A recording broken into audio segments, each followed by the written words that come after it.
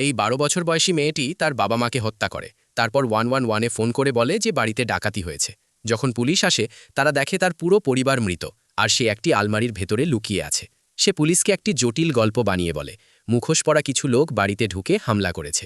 সবাই তাকে বিশ্বাস করে। সে এমনকি শহরের কাছে এক দুঃখজনক প্রতীকে পরিণত হয়। মানুষ তার জন্য গোফান্ডমিতে $3 লাখ দান করে, আর সে তার দিদার নাহির সঙ্গে হাঁটতে শুরু করে। 4 বছর ধরে সে এই নিখুঁত ভিকটিমের জীবনই কাটায়। তারপর তার বয়ফ্রেন্ড তার ডায়েরি খুঁজে পায়।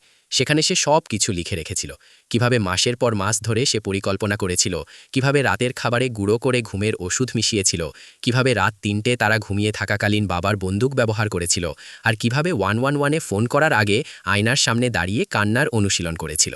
সে আরও লিখেছিল, দিদার বড়দিনের আগেই উনিও চলে যাবেন। পুলিশ দিদার চুল পরীক্ষা করে।